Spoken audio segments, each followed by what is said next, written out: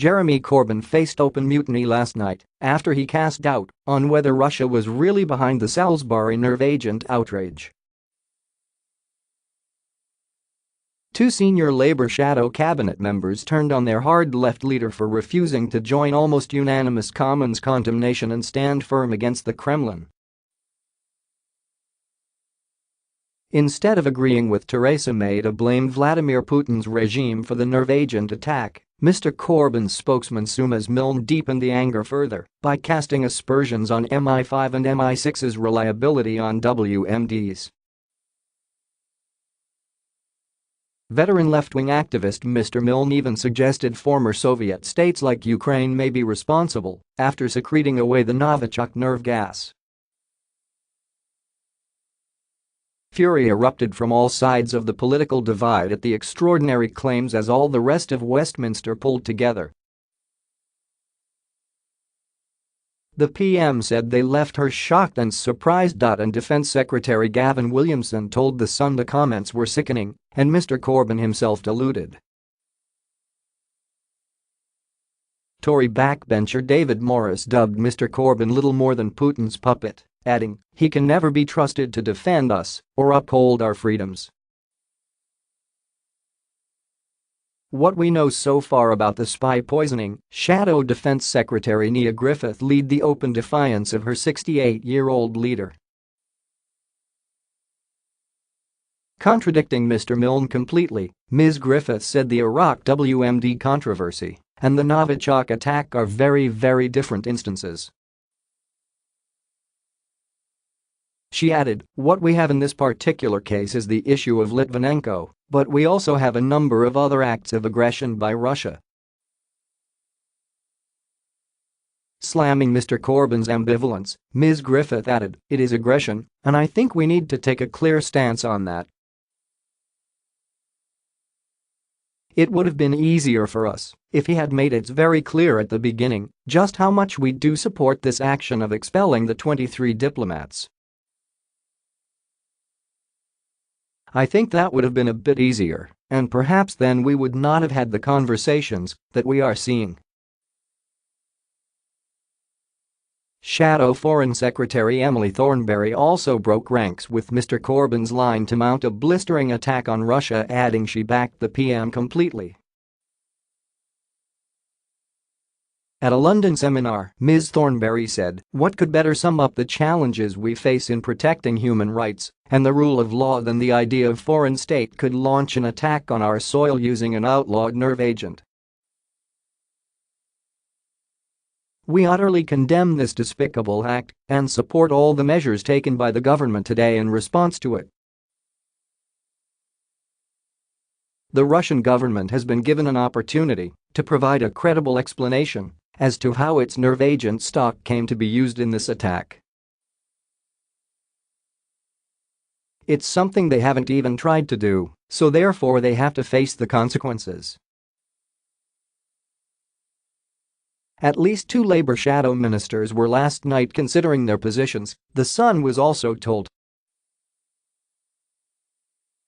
Labour leadership was plunged into a fresh crisis last night after the hard left leader sparked outrage. Mr. Corbyn's explosive comments in the Commons came despite receiving a classified intelligence briefing from government officials as a Privy Councillor yesterday morning. Responding to the PM's spy expulsions and punishment package on the Kremlin, he told MPs that nerve agents are abominable and it was utterly reckless for them to be used in a civilian environment. But all he would say on Moscow is that the Russian authorities must be held to account on the basis of the evidence and instead urged that Britain's response must be both decisive and proportionate. Mr. Corbyn also drew furious Tory MPs' jeers as he parroted some of the Kremlin's questions to Mrs. May, including its key demand for Britain to hand over samples of the Novichok found. Speaking a few minutes after Mr. Corbyn sat down, Sumas Milne, a Putin defender, while a Guardian columnist, went further still. Mr. Milne said, "The government has access to information and intelligence on this matter which others don't. However, also there is a history in relation to weapons of mass destruction and intelligence which is problematic, to put it mildly. So, I think the right approach is to seek the evidence to follow international treaties, particularly in relation to prohibitive chemical weapons. Asked whether Russia was being framed, he said the evidence pointed to either the Russian state being responsible or losing control of the agent. Putting Ukraine in the frame, Mr. Milne added, if the material is from the Soviet period, the breakup of the Soviet state led to all sorts of military material ending up in random hands. Labour backbenchers lined up to slate Mr. Corbyn in the Commons. In stark contrast to the Labour boss, former Labour leadership contender Yvette Cooper insisted Russia's actions must be met with unequivocal condemnation, winning a big cheer from all sides of the House. Former Labour cabinet minister Ben Bradshaw urged the PM to investigate Vladimir Putin's influence on universities and our political parties. He said, "Can I assure the Prime Minister that most of us on these benches fully support the measures she has announced, and indeed some of us think they could have come a bit sooner." Chris Bryant said he completely supported everything the Prime Minister has said today and urged the PM to boot out the Russian ambassador, claiming he had tried to interfere in elections in the House and block debates.